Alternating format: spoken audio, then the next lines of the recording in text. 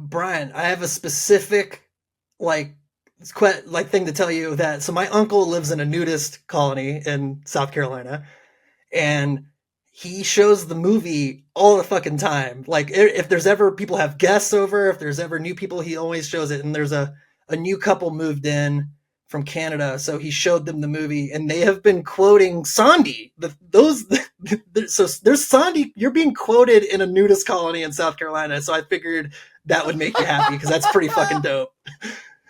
What the fuck is happening?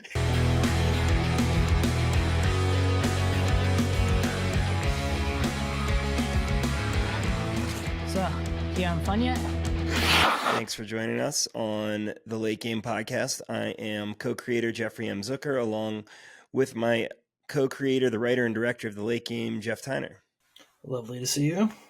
Likewise, sir. And glad to be on here today. I've got my Hockey Unlimited shirt representing that great organization that we recently did the golf tournament with. You've got an awesome Sondy sweatshirt. People can get that on our website at thelategame.com.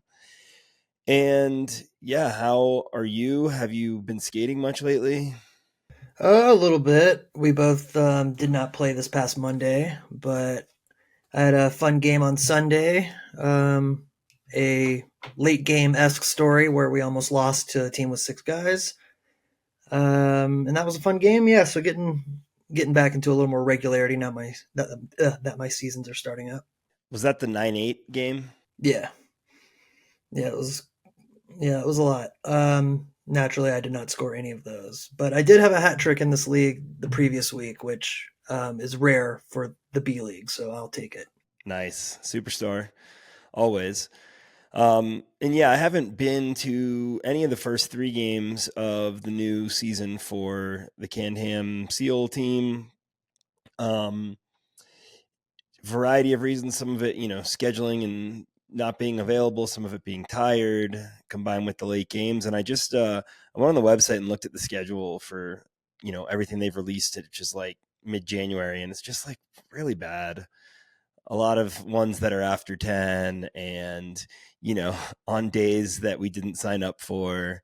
So yeah, not feeling great about it. Yeah, it's kind of a bummer, but I think we've kind of all been in agreement. This will probably be our last hurrah at Big Bear.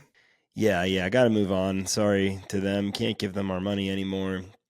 Honestly, not having played yet this year or this season, and looking at how bad the schedule is, I'm like tempted to try to get my money back, but I probably won't. Could be I'm sure they'd make it tough. Yeah, so we'll see. But yeah, I haven't, did get to skate in the Friday skate last week, which was good, both of us. Yeah, always a delight. And, the NHL season's getting started, so I always have fun this time of year seeing what all the various teams look like, who's going to meet summer expectations, or who's going to, there's always teams with slow starts and stuff like that. So it gets tough to watch the East Coast games, having the kids, but last night it was able to check out Utah's first game against Chicago, which was a lot of fun. Utah got the W. And hopefully going to watch the Avs game that's in Vegas tonight. Nice. I saw a highlight, just a filthy Connor Bedard pass for what might have been Chicago's first or second goal. I don't know how many goals they scored, but it's all I saw from that game. But it was a slick highlight for sure. They scored 2 and he had 2 assists. Dope. This was a 3-on-2. I think he dropped it back to the slot, and whoever it was went backhand. It was real silky smooth. I like it. Yeah, he is gonna keep getting better and better, I think, and despite all the pressure on him. So we'll see where it goes. And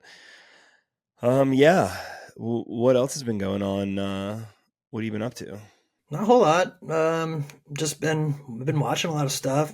Megan and I have been definitely running through Sopranos. We're almost done with it, actually. But yeah, I've been on a action movie tear too. I just watched one of Taylor Rizzo's favorite movies, Sidekicks, with Chuck Norris last night, and Jonathan Brandis. It's a classic. It's a kid who has they walk a dangerous line of basically trying to say illnesses can be defeated with karate. But it's like a kid with like some kind of daydreaming disorder who has like very lucid daydreams and like inserts himself into Chuck Norris movies. And Beau Bridges plays his dad. It's all over the fucking place, but it's a fun, weird movie. It sounds pretty silly. And then watched a movie I hadn't seen in a long time, and they just do not fucking make them like this anymore. John Woo included. It's a John Woo movie. One probably his most popular Hong Kong movie, Hard Boiled with Chow Yun Fat. Um, it's so fucking awesome. It's just the set, like everything is so turned to 11. Because it was like kind of like his homage to Hollywood action movies. And I think this is in 1991. And it's just every set piece. There's so many extras. There's so much destruction, explosion, gunfire. It's so fucking awesome. So yeah, that was a delightful walk down memory lane to watch that one. Um, yeah, and then a couple more Chuck Norris movies, Missing in Action and Delta Force. I've been hitting a lot of them. Nice classics. Oh yeah, staples of my youth. How about you? Yeah, I mean, it's definitely been a minute since we recorded an intro and talked about what we were watching. So I have watched a fair amount of stuff in the meantime. I watched Tires that you mentioned watching in one of our recent episodes, and I thought, yeah, they did so much with the little bit they had, in terms of set and stuff like that. Shane Gillis was awesome. Curious to see what they'll do with season 2. Agreed. He really makes that show go. I'd say the show I watched recently that's had me thinking the most is Dark Matter from Apple. It's kind of this multiverse show, and it is just really gets your head spinning with all the various possibilities and how individual choices in life can set you off on different paths. And it's been, I don't know, it's been at least I think a couple weeks now since I watched it, and I'm still thinking about it. So. It's a good sign. Yeah. I mean, hoping, I don't believe it's been confirmed, but hoping it'll come back for another season. See, Jess and I watched that, I believe it was on Netflix, kind of mystery show, Perfect Couple, with Nicole Kidman and Liv Schreiber. I've seen something for it. Yeah, that was good. Yeah, it was good and entertaining and like keeps you engaged and on the edge, I suppose. But like, it's like it's not as good as like After Party, in my opinion, but it's like that kind of show with like a little bit less comedy though, more drama. Yeah, that's fun. I like a good whodunit. Yeah, exactly. So it was a good take on that. Like kind of those shows Nicole Kidman's been in recently. She kind of plays like a version of all the same character. I feel like she has a bunch of them now, and they just keep popping up. But kind of like a hard ass, strong female that could be seen as a bitch, but that's really just how society is viewing her. But it's interesting. So yeah, those have been the main ones. And I know we've talked a little bit recently about how there's not a huge DVD market and only select stuff gets released. We're working on hopefully getting some DVDs, but I read today that the show that had my favorite first season of television ever, Severance, they're launching DVDs. So I might have to get in on that action just to make sure I have it. There you go. And finally, January 17th, after years, the second season's coming out.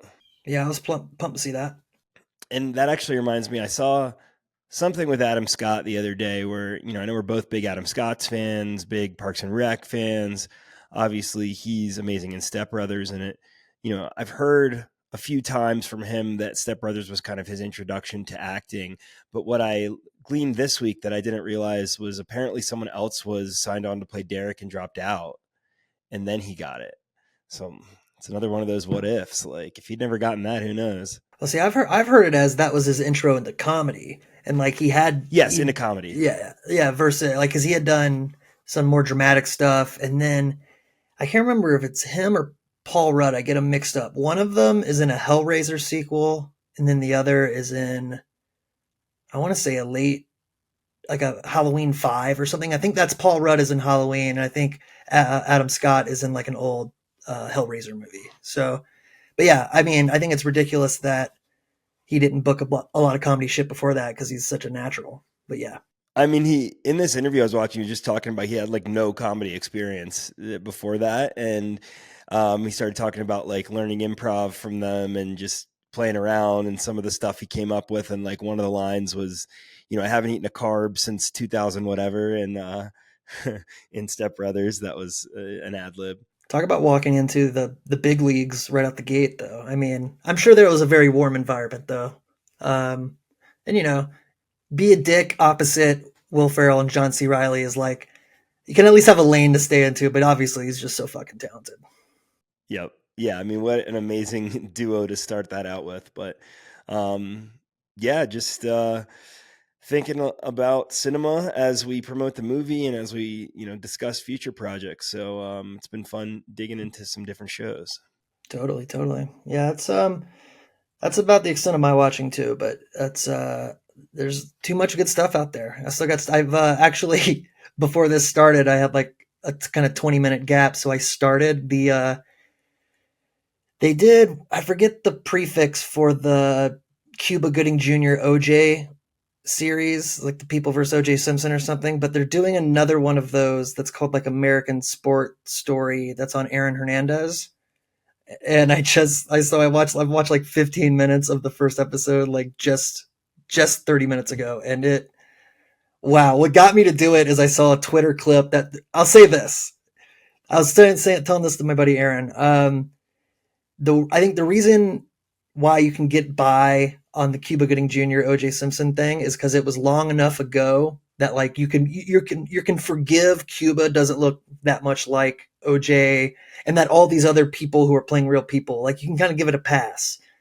And every clip I've seen of this show, it's been Tom Brady, Urban Meyer, Rob Gronkowski, and it's like these dudes, you're seeing them on TV now, so it's like that much, and like they can be doing, it can be a good casting, they can be doing a good job, and it's like it's going to be hard to get past that mental hurdle.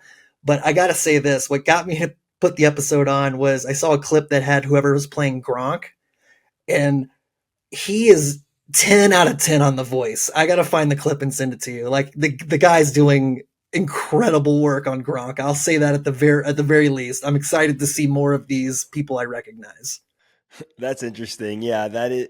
I see how that could be hard to get mentally past. Like Tom Brady, Especially especially Tom somebody that Brady. big. I mean, yeah, like Yeah. that's as big as it gets in the sports world. So like I've seen the IMDb thumbnail of who's playing him. I haven't seen him within the context of the show. So I'm curious, honestly, if they were smart, you would never even see him. He would never be face to camera. Like it's going to be too at that point you might as well just cast Tom Brady. Yeah, that's true. Interesting. Well, yeah. Let me know if you keep up with that. I I doubt I'll really keep up with it, but it should be at least enjoyable in pockets. Oh yeah. Speaking of things I watched the first two episodes of that NHL Amazon series. I think it's called Face Off or something. Um, yeah, and I've heard about, so I have four more to go. I've heard about some of the other ones just through the grapevine. They sound awesome, but yeah, the first two, just like the NHL's done some of these behind the scenes shows before, and there've been some good seasons and some bad ones, but this definitely felt like the most authentic, like the most truly sort of behind the scenes, where the players that they were featuring were really bought in. Whereas like, when they did the 24/7 thing, they're covering whole teams, which just often you can't get as much story out of it as if you follow two guys. And so far it's been like, they're following two players per episode and what they're going through. And um, yeah, I'm excited to watch the rest of them. Yeah, what you told me about the Nylander Pasternak one sounds pretty fun, and I've seen a clip from that one. Yeah, the Nylander Pasternak one was awesome, and then followed up by Philip Forsberg Jack Eichel episode was very good. I've heard a lot of good things about Jeremy Swayman and Matthew Kachuk and Connor McDavid, so I'm excited to check out the rest of them. Are they all out, or are they like staggering them? Yeah, they're all out. Nice. Yeah, I mean, I'm curious to see if it gets casual fans interested at all. I know that the same company, did that Drive to Survive on Netflix about F1 that like has apparently been a big part of its blow up. And I just like, it's hard for me to imagine what's going to get a hockey fan to turn this on. But I guess if Amazon pushes it properly, or a non hockey fan to turn this on, I guess if they push it properly, I guess I don't know what went into Netflix pushing that show initially, but obviously they can push it in their platform. But it's a cool look. I hope it does get some non-hockey fans interested. Yeah, we're in kind of a fun era of like AAA produced sports content. Like Netflix has a few NFL ones, quarterback, and I think they just started one on receiver, including South I heard Carolina's it's because they own. couldn't get another quarterback to agree. I mean, I get it, and like I'm seeing one aspect with hockey, I think is a positive, is I think those guys would be more receptive to. I think it's like the nature of the game too, but where football is everything boils down to like each game means so much more, where because there's so fewer, whereas hockey. I mean, I know they join late season, so they're a little more important, but still. But I do worry that on the surface, if you don't know anything, it's just hockey athletes seem more boring than maybe some other bigger personalities in other sports. Um, so hopefully those balance out and enough people would check them out because I feel like that would be reasonably unfiltered. Yeah. Yeah. I mean, it seems like they've picked some of the right personalities at least. So I'm excited to see where it goes. Nice. Yeah, they had a good interview with the showrunner on Spittin' Chicklets, and it was really cool to hear his perspective. And he's worked on, the other shows like that golf one that's popular. I forget what it's called, Full Swing maybe or something. But he's a hockey fan, and like his kid plays and stuff like that. So certainly seems like a good guy to have on it. Hell yeah. And, our listeners will know, we've been digging into hockey movies lately, which we're going to keep doing. Really excited about that. But in the meantime, it's Bryan Vokey, who plays Sondy. He's a hard man to pin down. We finally got him. And that's what happens when you have a badass comedian in your movie. And we finally got him down for an interview and had a ton of fun talking to him about playing Sondy and his career. And anything you want the audience to know going in? Nope, he's just a blast to talk to. So hopefully you can get those vibes. Check out his comedy. He's one of the funniest people I've ever met. 1,000%. Yep. Pull up his stuff online. We'll make sure to link it in the show notes. And without further ado, here is Sondy himself, Bryan Vokey. Bryan, it's been way too long, and it makes me even happier to see you with this mustache. Yeah, well, it's the reason why it's taken me so long to get on the podcast is I had to grow this first. It's a good call. Yeah, Yep. this took we filmed like 12 years ago. Yeah. And, Yeah, pretty so I grew it one hair at a time. Coming in nice. Yeah, I mean, it shows dedication. Right. Oh, I was saying it's like Tom Hardy. You know how every time Tom Hardy pops up in a movie, he's unrecognizable. He's a completely different guy. That's me. Like Colin Farrell in The Penguin. You wouldn't know that was him. That's me. Yeah, we're gonna get Sondy in 8 hours of prosthesis for the sequel.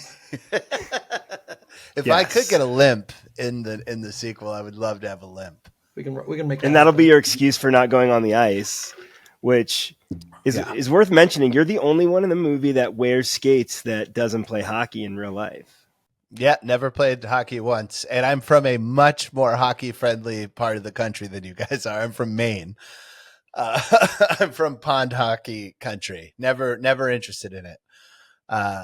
Yeah, can't skate. There's some footage that Taylor has on his iPhone of me trying to skate, and it's pretty embarrassing. I caught a glimpse, and it made me happy. It was good stuff. Yeah, I like they used to flood the armory next to my house where the National Guard would go there, and people would play hockey there, and I would always just be like, "Why aren't you playing football?" That's fair.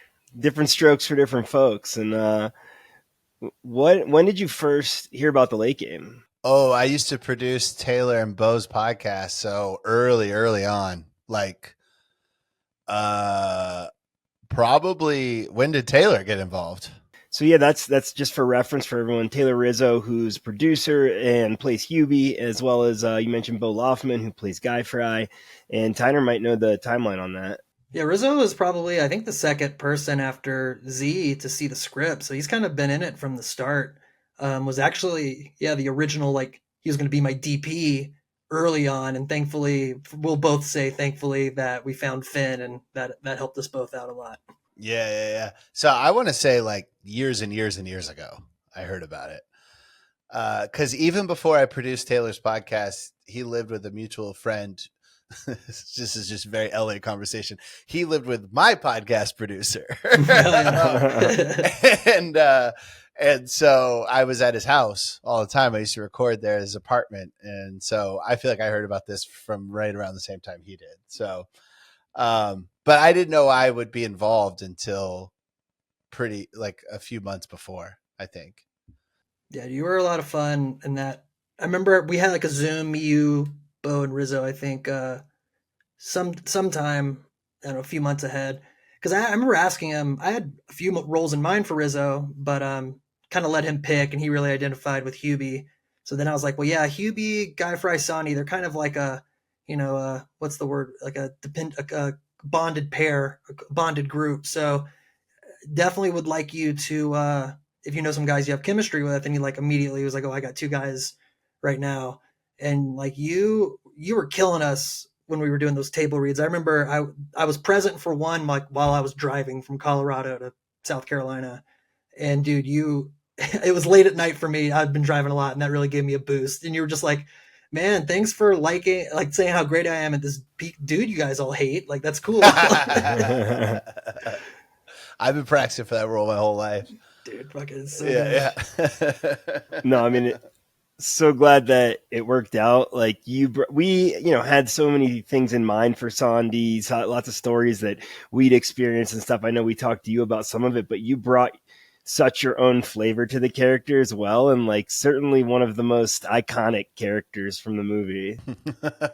I appreciate that. I was really like, Bo and I have such like opposite energy. Like, he is a soft puppy who like really needs everybody around him to be happy. I bet he cries at like commercials, and like he's just a very sensitive guy. And so I just thought he's the perfect person to hate in that film, because he's so likable. It makes my character that much less likable, that the puppy dog is the one I'm trying to drown.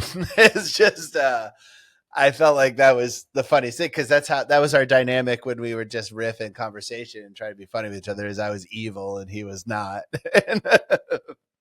That's a good thing to point out too, because like on the page there was no angst or rivalry. Like, that's something you totally brought. And I remember earlier on in that table read too, you just changed the line somehow or added one, I can't remember, but I was just like, that's so much better than the way it was. And you're like, oh yeah, stupid confidence. It's like, I've got that locked down. Yeah. That's the best comedy trope ever. That's Danny McBride to a T. Like, fucking right. Stupid confidence is the funniest thing in the world. Stupid unearned confidence. Yeah, there's nothing better than that. Like Dr. John Calamino when he thinks he can match Casey's slick skills for the shootout. Yeah, exactly. Because then you can do anything you want to the character, and they deserve it. So it's total freedom. Yeah. I was to say, if you didn't add that layer of like angst between the characters, like that added so much to the movie. So I love that. Right. Also, you guys would have all just been dicks.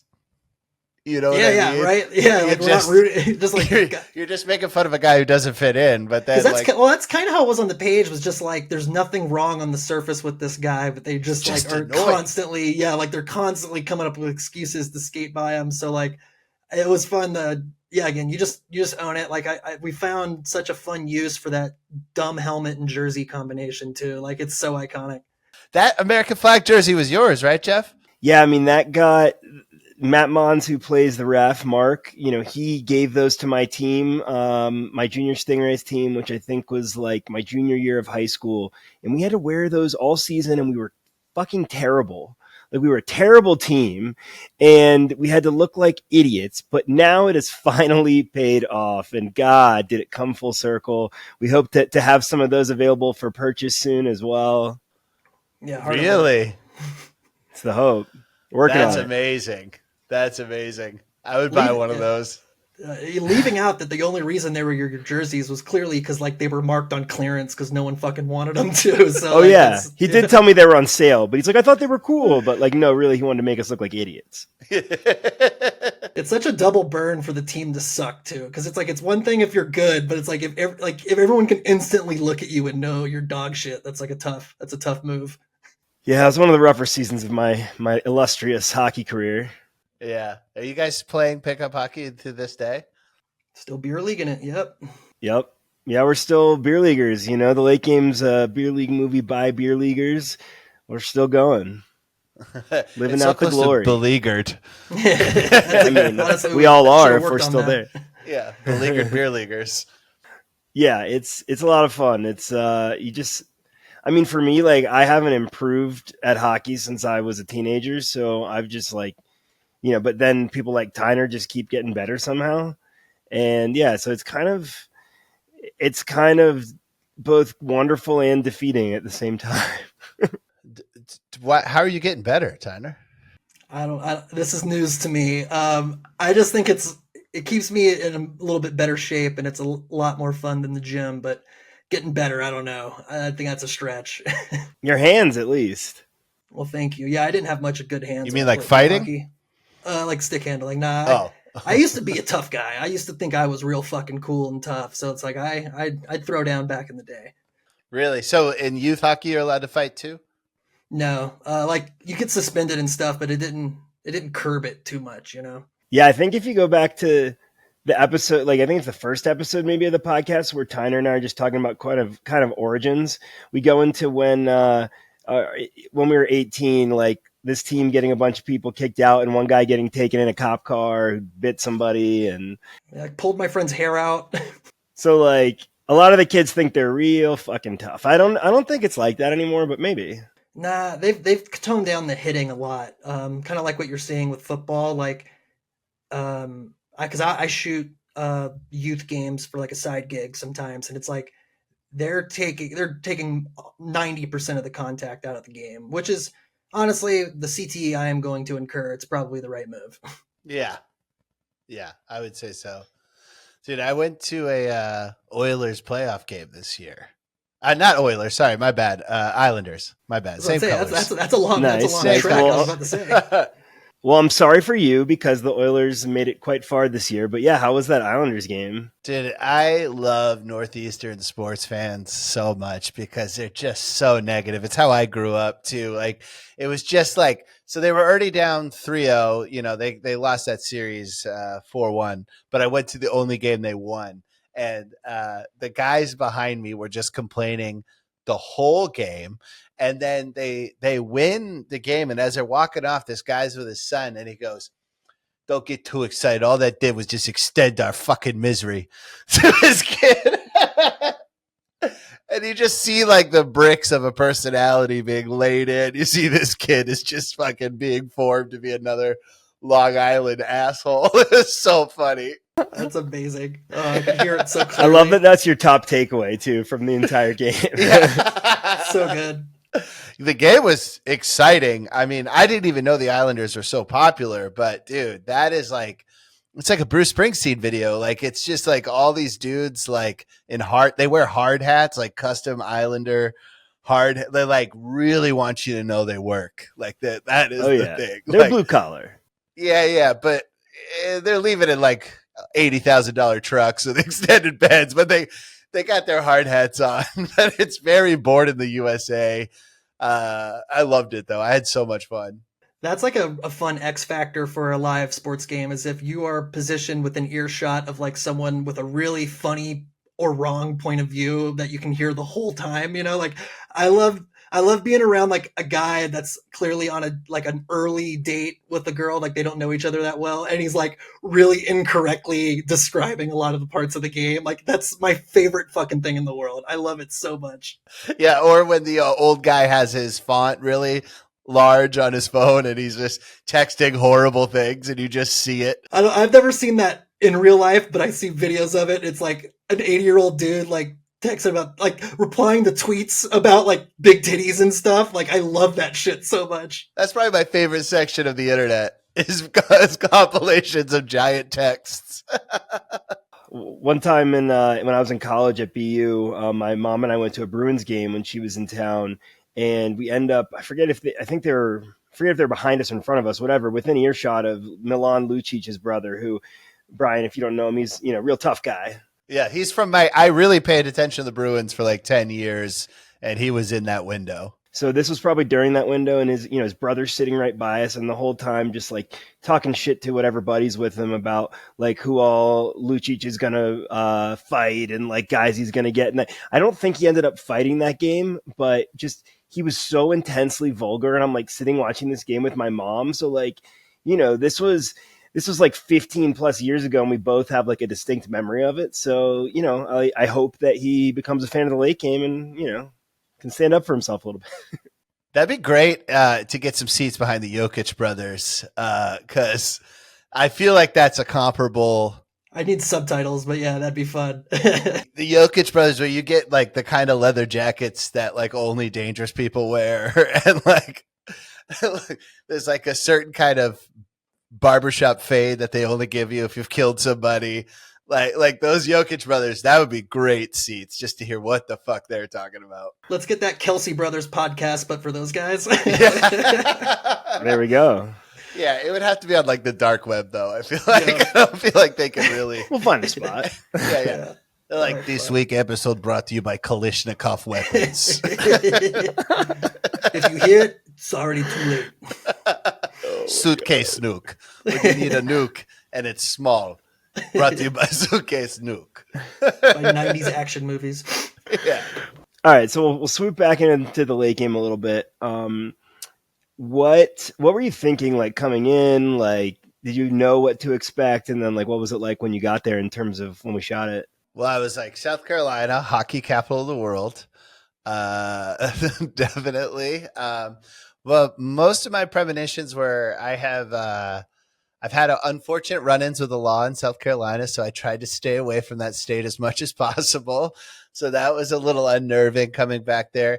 I did think it was going to be a little more DIY than it was. I was impressed with the amount of help and equipment you guys had there. And it was definitely a bigger operation than I had anticipated.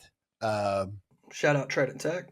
Yeah. And so that was a pleasant surprise. And I was looking forward to the snacks. The snacks paid up. I was happy with the snacks. When I showed up, I'm sure did Bo tell the story of our hotel room being boiling hot? Yeah, I think so. But please do it again because I fucking love it. Is that what inspired the egg salad sandwich line? Maybe, yeah. So you had a boiling hot. So Bo's just sitting there and suffering in silence. He'd been there a few days ahead of me, and I get in, and we're splitting a hotel room, and I get into the hotel room, and it's just fucking balls hot, and I'm like, what is going on? Why don't you have? I thought he was like, he's from Texas. I thought this was just like his temperature or whatever. Like he wanted to live in a terrarium, and he's like, oh, the AC's not working. And I'm like, call the front desk. It's a hotel. This isn't your home. You don't have to pay for it. There's tons of other rooms. And he's like, I didn't want to bother anybody. And it's just so funny because Bo's like a big, imposing man. And he's got the kind of mullet that no nonsense mullet, but it's all nonsense with Bo. Kind of like similar to the Russian leather jacket. Like he's got the mullet of someone who could do some damage. Yeah. It's not like a Pat McAfee fan mullet. It's the I'll hurt you mullet. But like, so I call the front desk and they move us in minutes. I'm there in minutes and we're in another room. And Bo's like, oh, thank God. It was so hot in there. In August, South Carolina in August, like get the fuck out of here. I would. It makes me sad. Chance. Yeah. And then, I guess North Charleston has a little bit of a reputation because we get to the hotel and then I'm talking to somebody on the phone, but I go outside, and this guy comes out and he goes, you don't want to be talking there. And I was like, why? He goes, you're going to get shot. And I misunderstood this interaction as this guy was going to shoot. I thought I was like, you're going to shoot me for being on the phone? And he's like, what? And I was like, are you threatening me? And then I think he thought I was threatening him. And so we had this like confusing standoff. But what we cleared it up that he was just saying it was a rough neighborhood and that I shouldn't be outside talking. I don't know. Talking on the phone. It's a little overblown, but North Charleston PD is a regular staple of that stretch of Ashley Phosphate, sure, but I don't think you would have gotten shot for being on your phone. I mean, come on. That would be in the news if you couldn't go outside in North Charleston without getting shot. I mean, like, I don't think there's any place, like, I think in the world where, like, you're immediately just shot. Like, even some war zones, you got a little grace period there. Yeah. So, and then I walked to the Waffle House down the street, and I had the worst Waffle House ever. And I was in the lobby, and I was talking to a guy in the lobby about how I had bad Waffle House. And this is so Southern. And I lived in Georgia for a while, so but he goes, "You should have gone to the one across the street." And they're literally face-to-face Waffle Houses next to each other. And I rolled the dice and went to the wrong one. But that has nothing to do with my expectations. I love that he knew immediately that, like, well, oh yeah, you went to the wrong one, of course.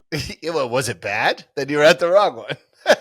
No, a friend was talking shit the other day about a Waffle House in Charleston, and I was like, oh, was this one, not that one, right? He's like, yeah. So that's a real thing. There's nothing like being at a hockey game in person, with the sound and energy of blades on the ice, crisp passes, crushing hits, and big shots. I'm fortunate to have been to some amazing games in my life, and I'm really excited for this season, starting with the Avs home opener October 12th against Columbus. Game Time offers all sorts of sporting event tickets as well as shows and concerts. They have this new feature called Game Time Picks that makes getting tickets to see your favorite teams play live even faster. Filters out the fluff to show you only the best deals on great seats. Right now, I see an incredible deal for the Avs opener, $134 to sit in the lower bowl in the end where the Avs shoot twice. Wow. Hope to see you there.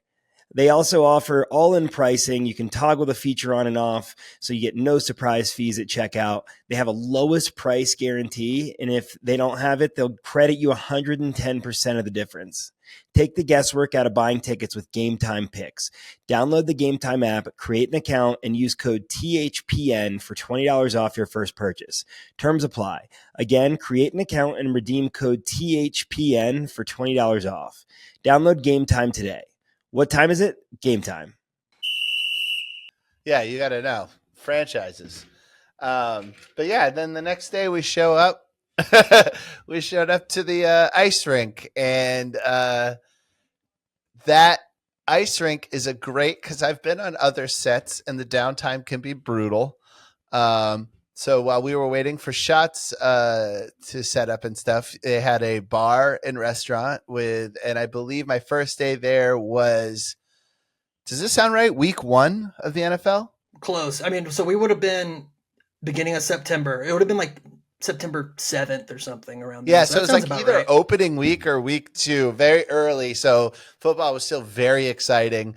And that bar in the ice rink had like all the games on. Shout out penalty box. Yeah, the penalty box. And Bo was just pounding Bud Lights, and I was just watching football. And I was like, this is the best downtime I've ever had on a set in my life. I've said this before. I had so few like cognitive memories of being on set because I was just, drained. Yeah. But one of the few is like, I never get to talk football with anybody, and then we're shooting the shit about in the Jairi. party room. Yeah, about Jai Alexander. I had gotten to know him when I was working the college football beat, and I was just so fucking stoked to talk football with somebody.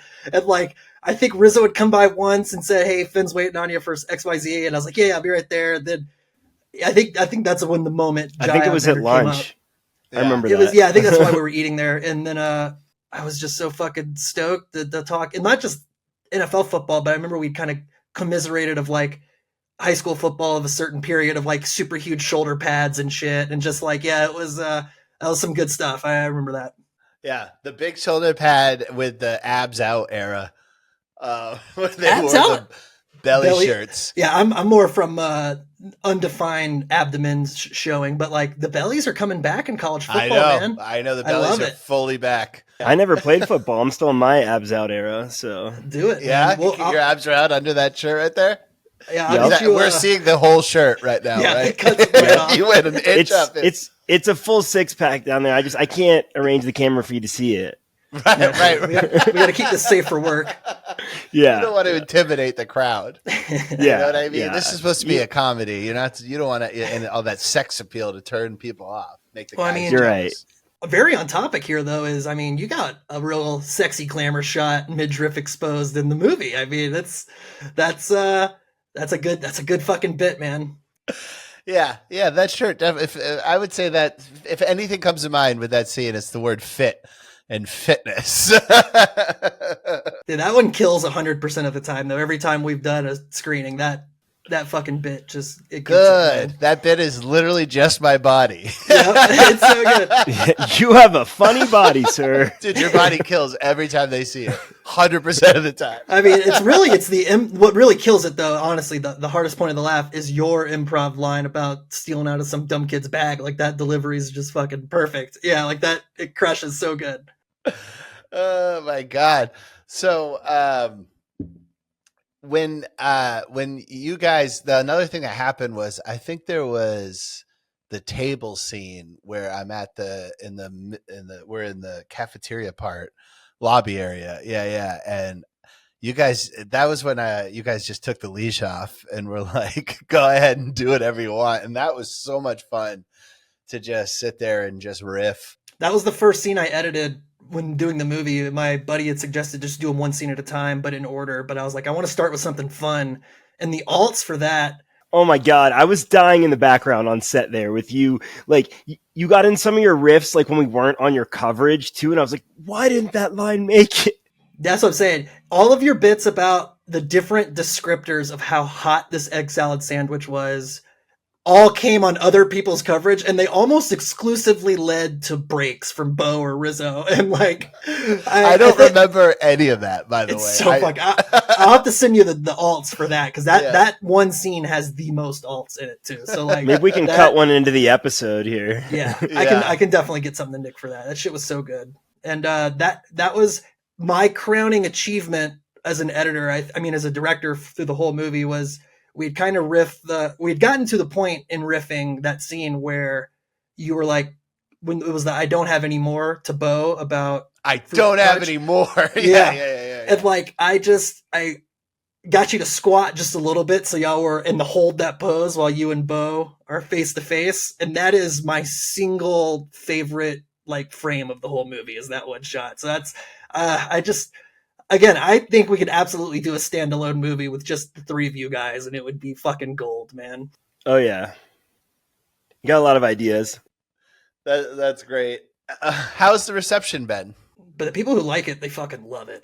And then we've had a lot of people like to talk shit, usually with really poor grammar. Of course, I mean in real life, not real life like when you're screening it. Better than I could hope. Yeah, it's been so good, especially people that play hockey. Like it's like super relatable, and then just people that have any experience with like sports, rec sports, making friends as an adult. Yeah, any kind of team. Bryan, I have a specific thing to tell you that. So my uncle lives in a nudist colony in South Carolina, and he shows the movie all the fucking time. Like if there's ever people have guests over, if there's ever new people, he always shows it. And there's a new couple moved in from Canada. So he showed them the movie and they have been quoting Sondy.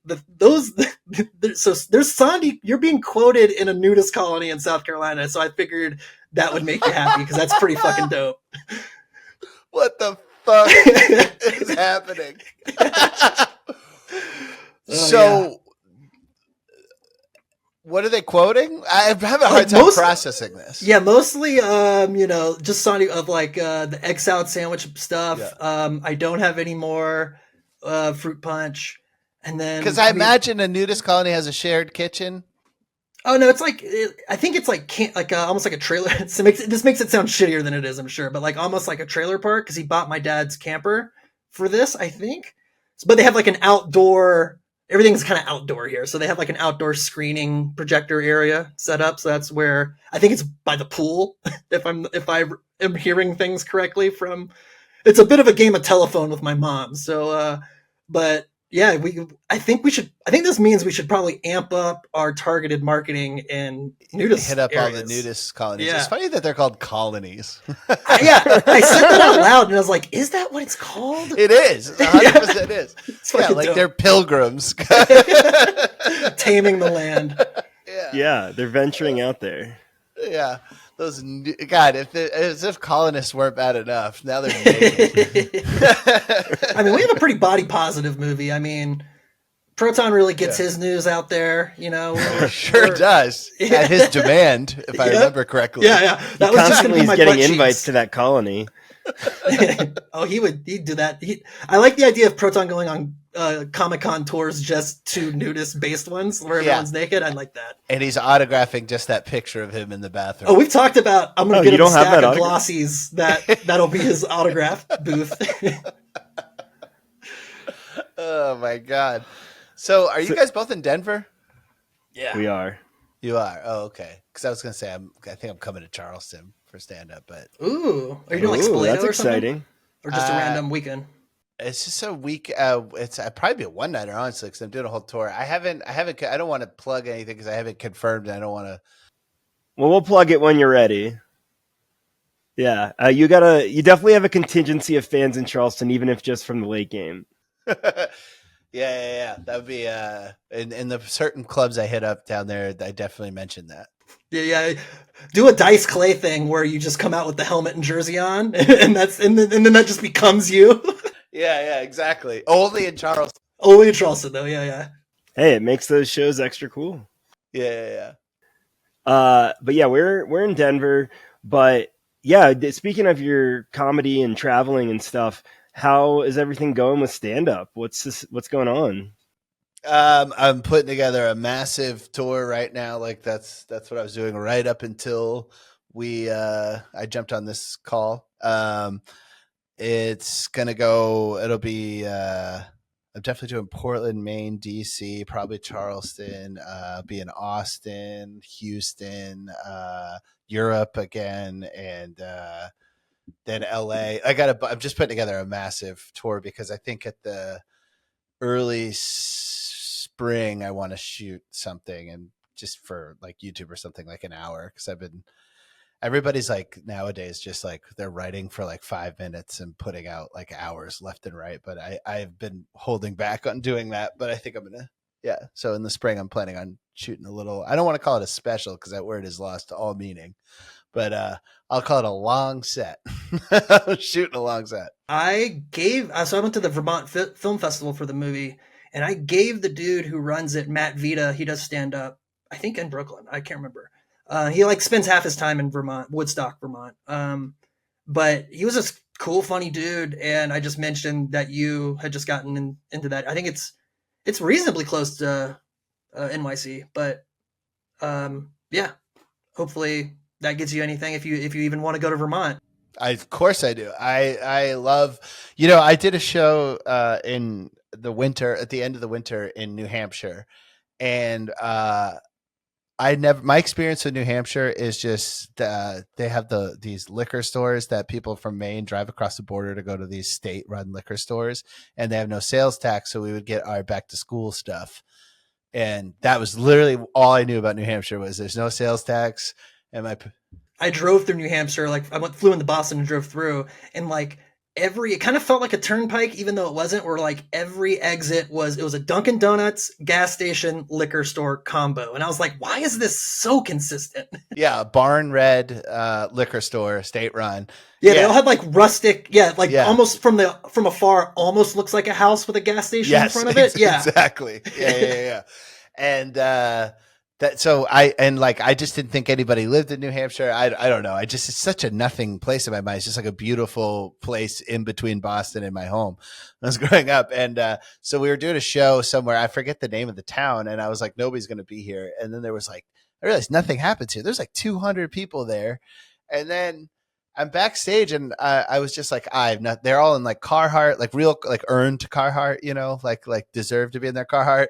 And like they're like shaggy. And I was like, what the fuck am I going to talk? I have nothing in common with these people. And then as I was walking on the stage, I was like, I grew up 45 minutes from here.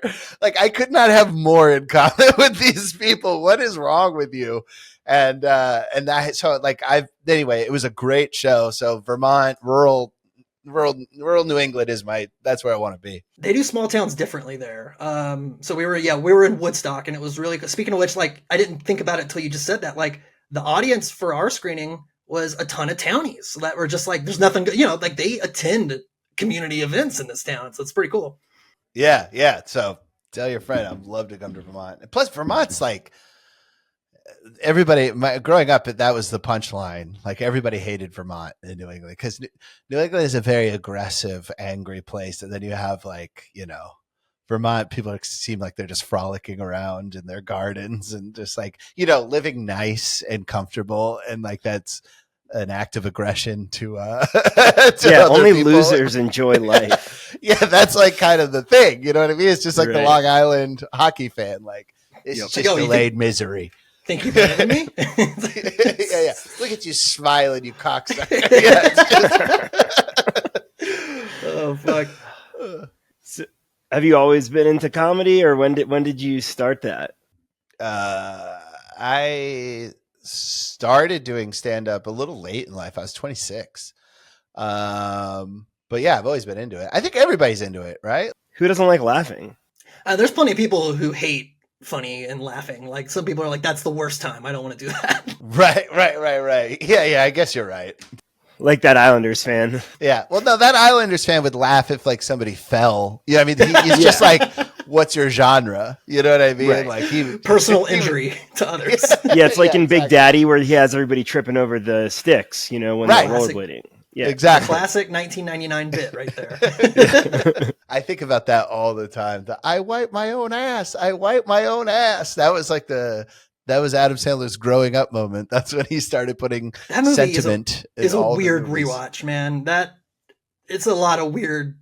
Like I remember the funny parts, but then the connective tissue of that movie is real weird and problematic. This guy's a kidnapper. Like kidnapping a kid and bathing him and shit. It's like I know it's an Adam Sandler wear a bathing suit. It's okay. Yeah. And to be in his defense, he didn't bathe him until the teacher told him his kid smelled like shit. That is a good point. It was a last resort bathing, right? Really trying to avoid it. Yeah, I haven't watched that movie in a long time. I don't know what's going on, but I love Adam Sandler's arc, man. He was like the most popular guy in the 90s, and then he was the most hated guy, and now he's back to being like so beloved. Well, he found this gray area where the quality of his movies doesn't fucking matter anymore, and like that's what he needed, like and then every 3 years he puts out he goes on to somebody else's movie and is a banger. Crushes. Oh dude, Uncut Gems is like, where the fuck did that come from? It's perfect so good. movie. It's so good. It gives I don't think I'll ever rewatch it because it's like, even though he's a piece of shit, my stomach was nuts the whole fucking time I'm watching it. I know. It's the best, one of the best edited movies you've ever seen. I mean, you fucking biting your nails the whole time. It's funny because I describe it when it came out. I was like, you have to see this movie. Whenever I describe it to people, they're like, that sounds like a panic attack. That sounds awful. And I'm like, yeah, but they executed that feeling. Like, it's amazing. It's the best panic attack. Yeah, I love, and Adam Sandler stand-up specials are so good now. Those music ones are so funny. But even that one will make you, the Chris Farley song one will make you fucking cry. I know too, that. I know that. It's so good. Me. It's so good, but I don't want to. I was actually talking to my friend the other day about this, about how my dad, like I grew up, like my dad's like a real aggressive guy, and he was like kind of always an alpha in the room, and like now he's like crying he's just in his late 60s, so everything makes him cry, and that's like making me want to get like testosterone replacement therapy, like I just want to take like testosterone, like not to be like jack, like one of those weird jacked old guys, but I just want to cry. You know what I mean? Yeah, Brian's walking around with shirtless and jeans everywhere. I fly to Mexico twice a year to get shot so I don't cry. You can probably get like Botox in your tear ducts too. Yeah, that'd be nice. Then you'll just sweat tears. It's really shiny, puffy eyes. Looks like I had a black eye. Yeah. Did you start stand up in LA or were you? No, San Francisco at a laundromat. I feel like I did hear this. Maybe I'll talk about it on Rizzo's podcast. Yeah, maybe. My first open mic. I think it ran for like 17 years. It's called Brainwash. It's an open mic in a laundromat. And the host, it's so funny. I have such fond memories of the guy his name was like Tony something.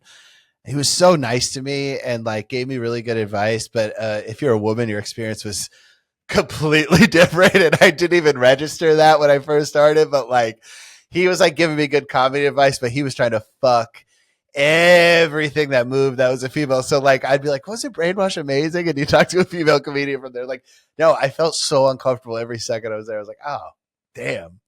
Well, let me take off these rose colored glasses here. Yeah. But it was like a weird environment because like real families would be doing their laundry and then like brand new every day somebody was doing their first set there, like brand new comedians doing. And I don't know if you've ever seen a brand new comedian, but there's maybe nothing worse in the world, myself included, like just don't know how to talk, saying horrible things, very insecure and uncomfortable, ready to lash out. Well, that's like some nice ladies folding her fucking kids' clothes. Like it's just so weird. I would imagine if you're someone like you've probably heard a lot of that. I would imagine there's a certain portion of those who are like edgy equals funny. So I'm just gonna say, oh, well, that's how I started. Yeah, when I started, Louis was king. So and people didn't understand his genius, and just myself included, we all like just were kind of ripping him off. Which man, that is not a comedian to rip off because you sound psychotic when you're trying to do him. That's like I remember I was listening to a recording shortly after I started, and I said the word amazing. He always says amazing, and I said it just like him, and I wanted to throw up. I was like, you gotta adjust. Hey, at least you recognize, and now you're still going. Yeah, exactly. Some people never get out of that. So you moved to LA and were there for how long? For the very end of 2015 till this year. I moved to New York this year. 9-year run. yeah, how's it compare? I'm sure you've done stand up in the Northeast before this, but how does it compare your kind of your day to day LA to New York?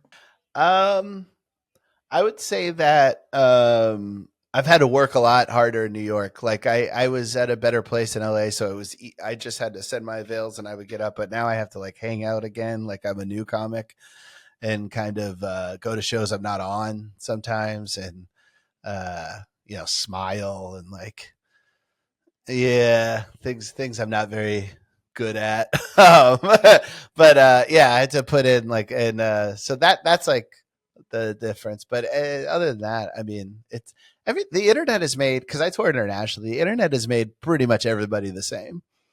Like when I first started doing comedy in Europe, it was like 2015, and they didn't even understand humor. They didn't like, it hadn't reached Germany yet, at least humor.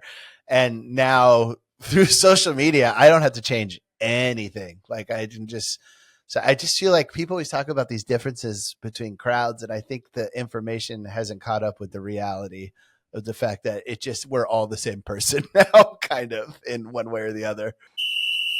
The quest for the Stanley Cup starts now. The puck's dropping on the 24-25 season. Get in on all the action at DraftKings Sportsbook, an official sports betting partner of the NHL. It's super easy for first-timers to get started. Try betting on something simple like picking a team to win.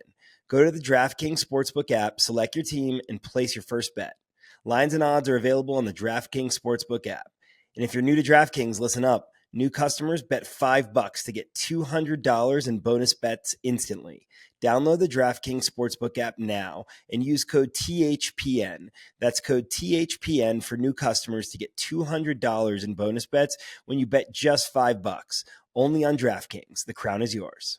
Gambling problem? Call 1-800-GAMBLER. In New York, call 877-8-HOPE-NY or text HOPE-NY 467-369. In Connecticut, help is available for problem gambling. Call 888-789-7777 or visit ccpg.org. Please play responsibly. On behalf of Boot Hill Casino and Resort in Kansas, 21 and over. Age and eligibility varies by jurisdiction. Void in New Hampshire, Oregon, and Ontario. Bonus bets expire 168 hours after issuance. For additional terms and responsible gaming resources, see dkng.co/ftball. NFL Plus Premium offer available only to new and former NFL Plus subscribers. Additional NFL Plus Premium terms at nfl.com/terms.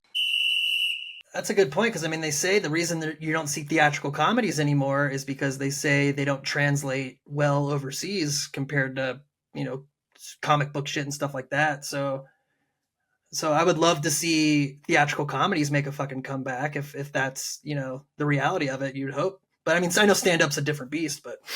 No, I agree though. Like also like I don't understand, like can't you just do like comedy also doesn't have a high budget. So like couldn't you just aim domestically and make the money back. Like, why do you have to hit like Indonesia and China and all that stuff? Not that there's nothing wrong with that, but I mean, like, can't you make your money back in a lot more?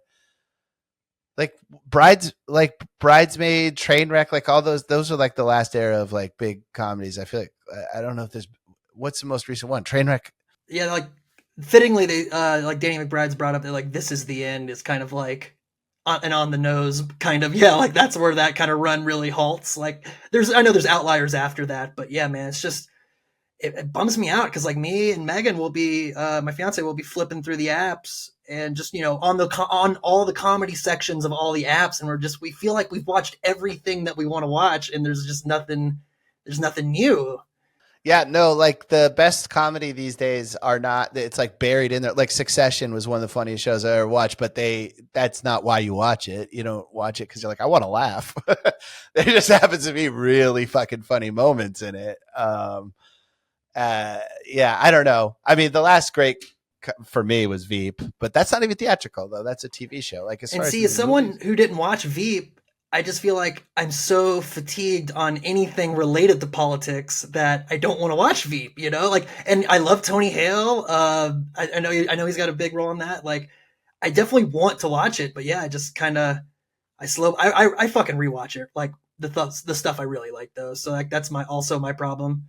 I believe me, watching Veep is not like watching a congressional hearing or watching Fox News, either one. Because that's the other thing. Like when you say you're fatigued with politics, you're not even talking about policy. You're talking about the arguments and like 99% of the time when people like, I don't like talking politics, they're not talking politics. They're talking no policy. Yeah, exactly. Yeah, they're talking drama and anger, bullshit headlines.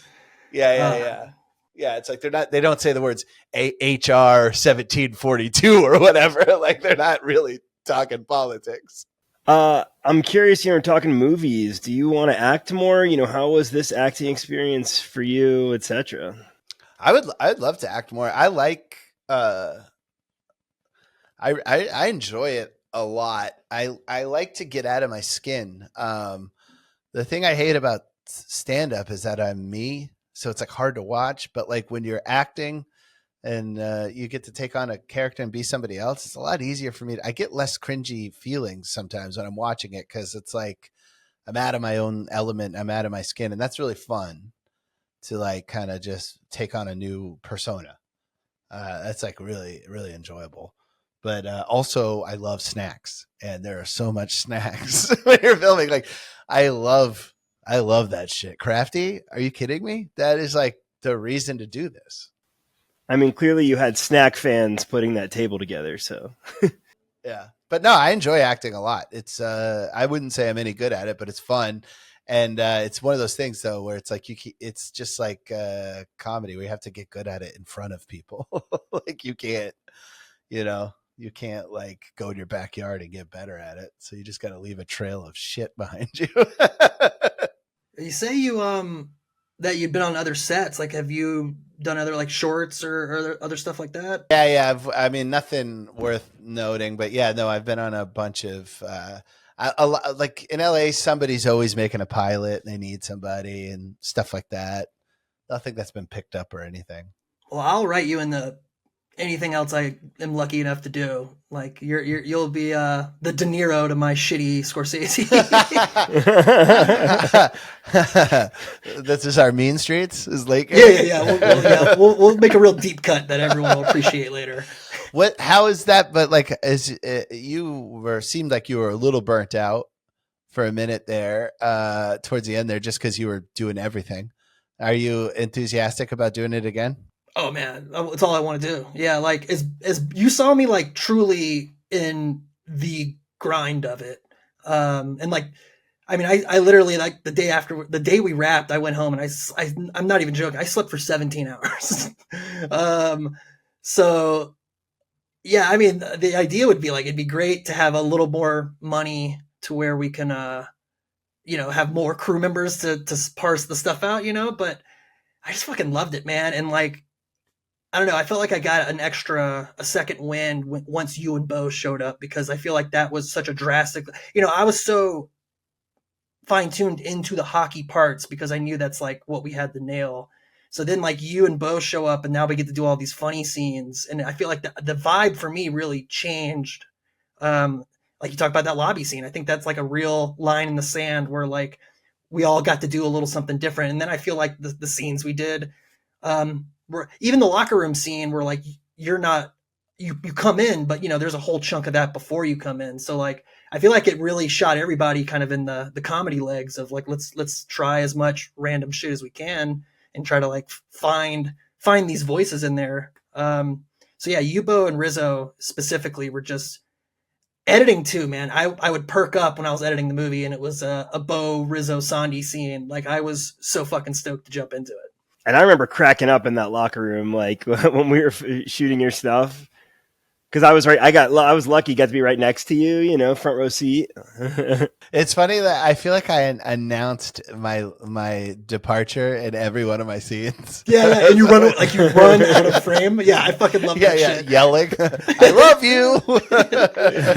Oh man, I will say that like I've said this before, maybe just to Zucker, like off mic, if you will. But if I could get like one more hour of filming time with like a lit dressed scene, it would be, I wanted one more closure for Sondy, because like we have a big gap, and we do, unfortunately, at a lot of these screenings, the thing that's almost 100% missed is someone always kills the credits before the last scene, and we're like, you know, like we did our big friends and family one, especially, was like the biggest letdown, and we keep forgetting to tell people if like someone else is running the projection that like we have a scene at the end, please don't fucking cut it off. Like even at the film festival where I was like, oh, they'll clearly let all the credits run at a film festival, right? But we were late starting mine, or I was the only one there. So yeah, we even missed it then. So it's a bummer, because like that was the coolest for me personally. Of like I had a bunch of people come up to tell me how great it was, which hasn't happened very often, but most people, most like of that group, everyone wanted to know what became of you because they didn't get to see the tag at the very end. So like Sondy's got some fans out there, man.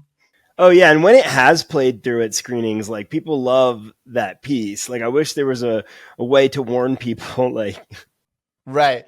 This is the scene of me sleeping in the rink, right? Yeah.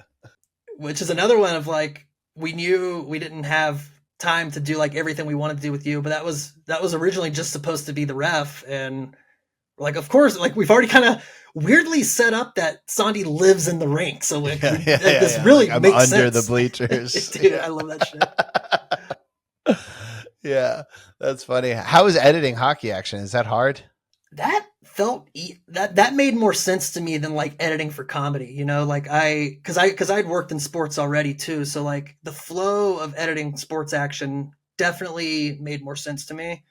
So like I said, I edited that lobby scene with you guys. That was the first thing I did, and then I edited the whole movie scene by scene in order, as was suggested to me by a filmmaker friend of mine, and so I got back. So that was like scene 35. So like that's like 40 minutes into the movie, and I eventually at the very end of everything went back and re-edited it, and it's, you know, like it's crazy how much you can learn in just a few months of doing this shit. I guess probably 9 months of doing it, but still. So that's why I can't wait to do it again and like, you know, finally have a little experience, and I want to keep doing comedy if I can, you know? Yeah.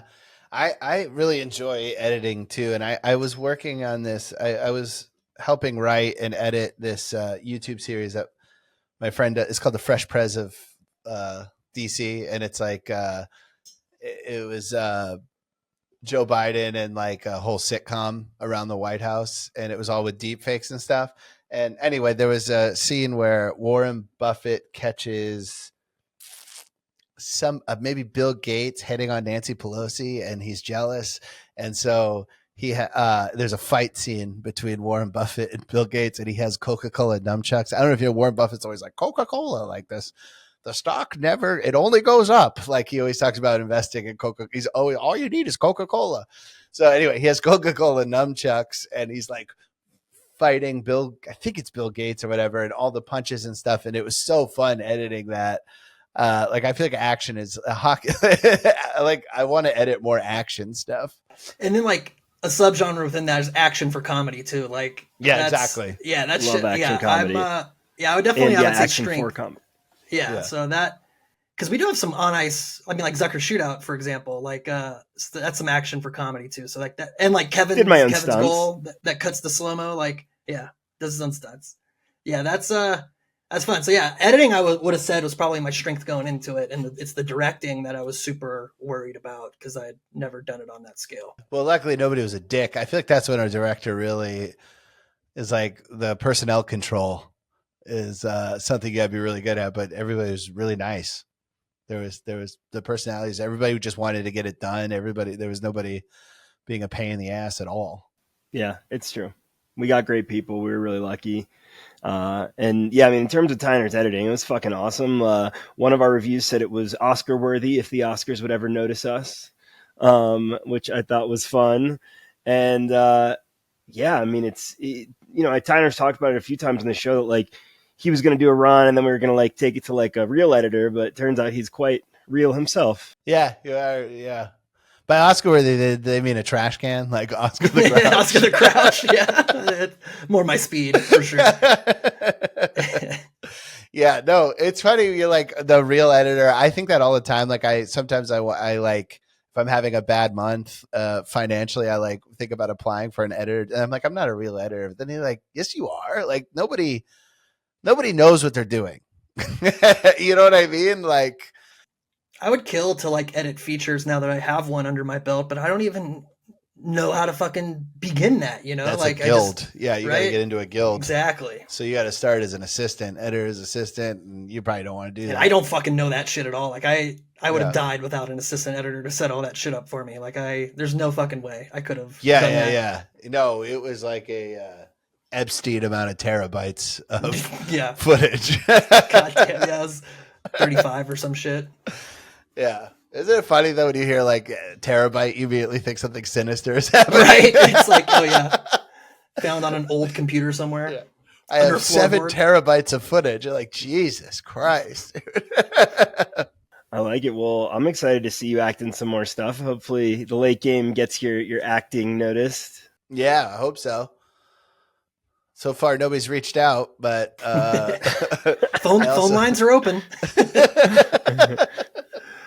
Yeah, I'm looking forward to it too. We'll see you on the next project. We appreciate you joining us and chatting through the late game. We'd love to have you on in the future too. We've been kind of reviewing movies together right now in the hockey space.